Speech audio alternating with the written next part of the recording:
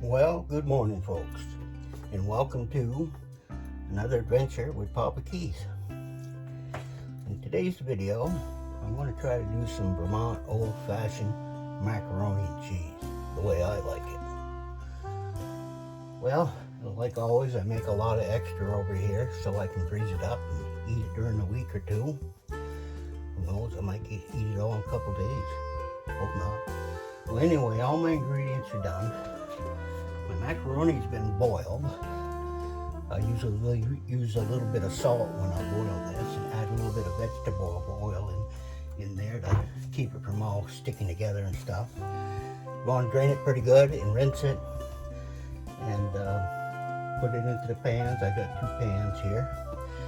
And the next step is we've got to make some sauce. Oh yeah, the famous sauce here. Well, let me see what we're going to put in there. Now, right here we got some of that famous Cabot seriously sharp cheese. I don't know if you can get it in your state, but boy, this Vermont made cheese is tasty. Gives you a little bite too. It's like the old-fashioned cheese. I don't know the website saying anything. I just pick it up at the grocery store. And it looks like I got about 3 cups of that cheese. And in this pot that you can't see on the stove, I dumped in about a cup of half and half. And I'm heating that up right now. And some of the ingredients I'm going to put into that is that I got some Italian seasoning that I'm going to put in there. I'm going to put in a pinch or 2 of salt. And I got some pizza seasoning because I like the taste of it. That's the only reason I use it. And I'm going to add some butter.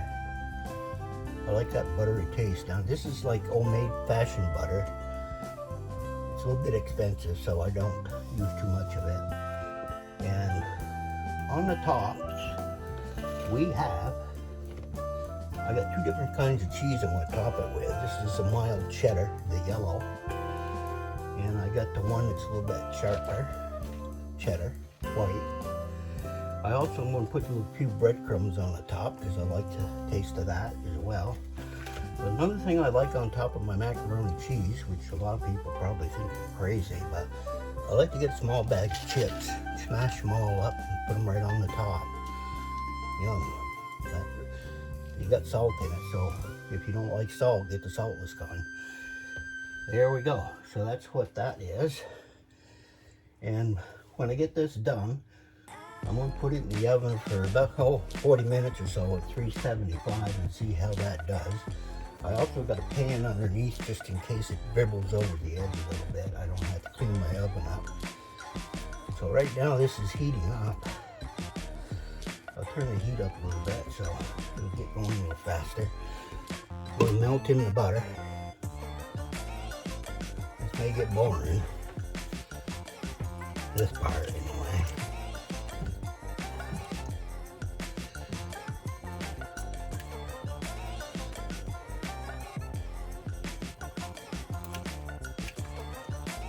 Getting hotter. You don't want it to boil though. You don't want to scorch anything, because that will leave a bad taste in your mouth. Just got to have a little patience and let it melt.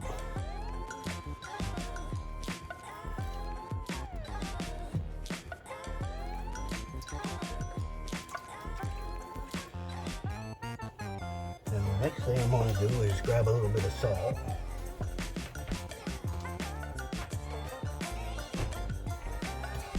I'm going to throw in a pinch or 2. Not much, just a pinch. Then I'm going to throw in my Italian seasoning into that sauce.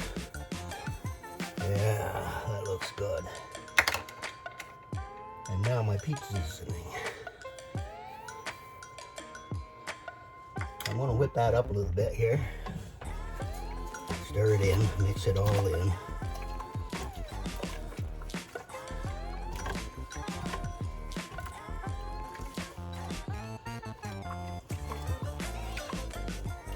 Make sure you keep stirring it so you don't scorch the bottom of your pan. You don't want to do that. Well, there we go. Getting get a little steam. I'm going to turn this down to medium heat. I'm going to start adding my Cabot cheese chunks. Now, I don't dump it in all at once. Just dump in a few at a time. Get it going. Let her melt. There. Stir that up for a few minutes.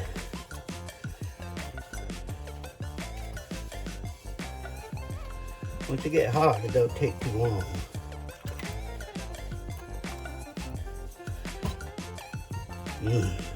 That smells good too.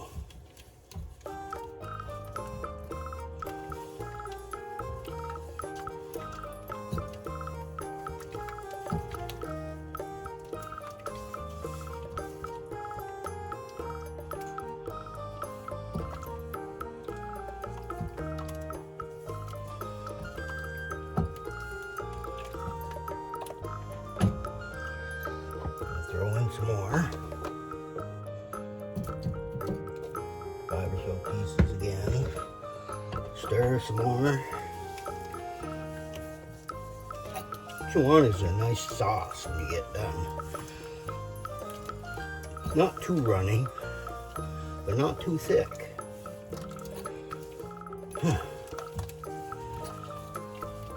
I guess half of cooking is a visual. And the main part is taste, because if it doesn't taste good, there's no sense in making it, is there? You might as well go to the store and buy some of that stuff loaded with crap and stick that in your gut. Oh yeah. I almost want to eat that cheese, but probably shouldn't. There's some more. Add the rest of it in there and get it warming up. Put this out of the way.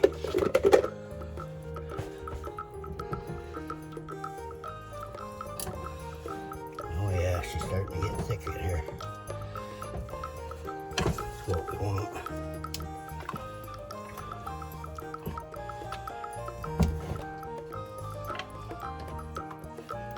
When I was a boy, back in the 50s, didn't have a whole lot of money there on the farm, but we did have milk. And we did make our butter. My mother made the butter. But if she didn't have much in the fridge to feed us, she would boil up some of this macaroni.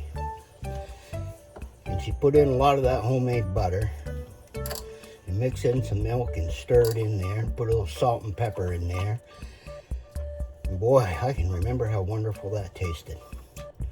That was really good stuff. She never let us go hungry. She was a wonderful woman. She worked outside of the farm. She worked in a potato field, picking potatoes. She'd come home with her fingers so sore, sometimes they were bleeding. And she got paid by the bushel, 10 cents a bushel. Can you imagine how many bushel of potatoes you have to pick in one day just to feed your family? And it's not that Dad didn't work, they both worked. Just when you got like 5, 6 kids to feed, not much money, you have to do what you got to do to survive. Well, anyway, enough of that talk. I wish you could see this better. I'm going to tip this camera down, and now if I drop this iPhone in there, I'm going to be pretty upset, but take a look at that. Can you see it? See how that's melting right in there? Now, doesn't that look good? It's going to make a good sauce. There. I didn't drop the camera. Wouldn't that be awful? One of them things costs about $1,500. Wow, that's the most stupidest thing. And I don't even know how to use it yet. I've had it 3 years, for crying out loud. This technology stuff is, I'll get by, but that's just about it. I don't know about the rest of you, but. And you no more than get this one, and they send you messages, they want you to buy another one. I said, well, gee, I haven't even learned how to run this one yet. Oh, yeah. She's looking good. Almost all melted. Hope I'm not boring you to death here today. Sometimes I cut this out and then but gives me somebody to chat with, you know. I'm sitting here by myself, and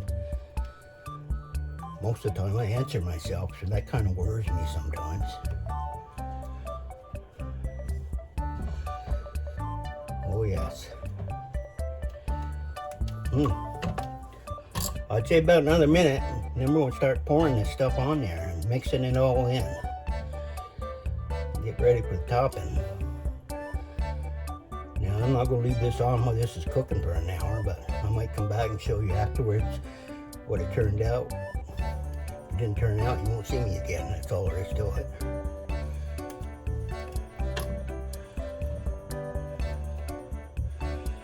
Ooh, yeah. My addiction is food, as you probably can tell.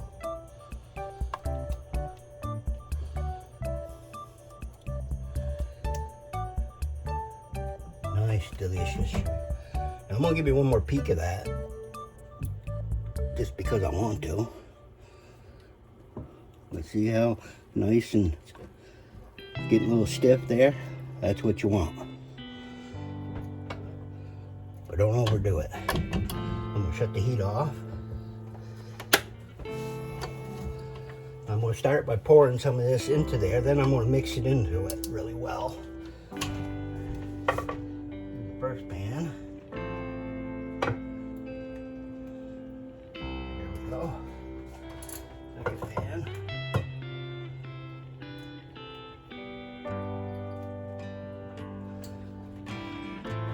That's that.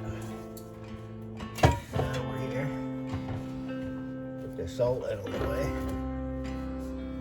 Now I'm gonna mix this in there in really good shape. I'm gonna get it all throughout there.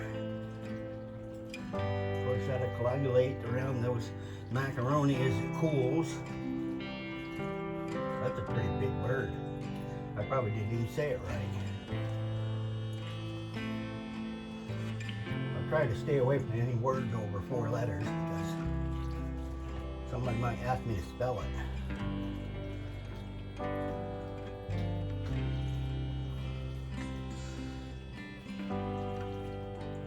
Oh yes, that's going to be good. I'm going to smooth that out. I don't know how well you can see back there, but let me pull this ahead a little bit. Maybe that's a little better. Alright, it's topping time. I'm going to start with the bottom here with the breadcrumbs. I'm going to sprinkle all over the top. These will be all golden brown when they come out.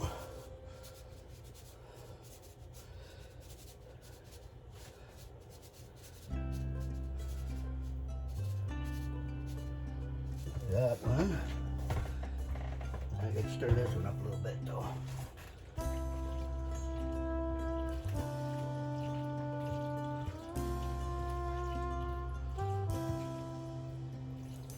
Boy, that Vermont Cabot does make a very fine macaroni and cheese, I tell you. Alright. We got that. And the next thing I'm going to do is, remember, potato chips? Oh yeah. I like potato chips out there. Now make sure you squash them up there pretty good. I usually take my meat hammer there and beat the bag because they're all really small pieces. You don't want anything getting caught in your throat later on. That wouldn't be good.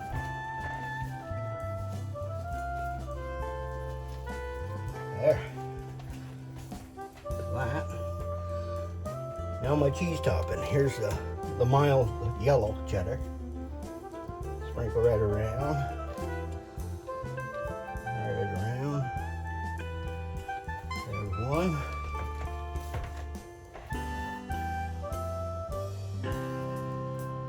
There's the small one.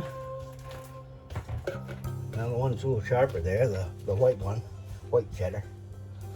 Goes right on top of that one.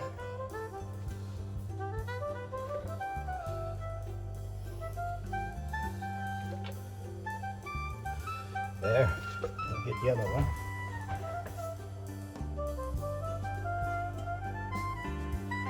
Well, I guess that's going to bring us to the baking time. But I want to show you these a little bit closer if I can get down there. What this thing looks like. I don't know how well that's showing. You can't see the front, but you can see them chips are right on the top. All right, like I said, I'll be back.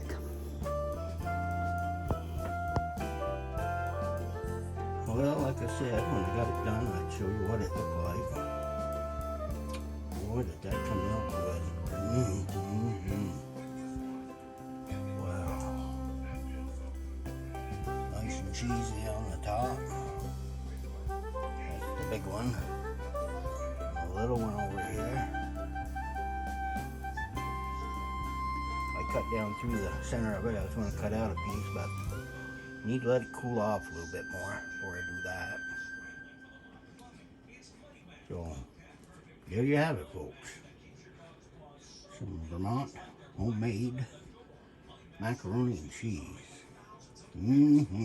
Can't wait for lunch. Talk to you all tomorrow or whenever. Bye now.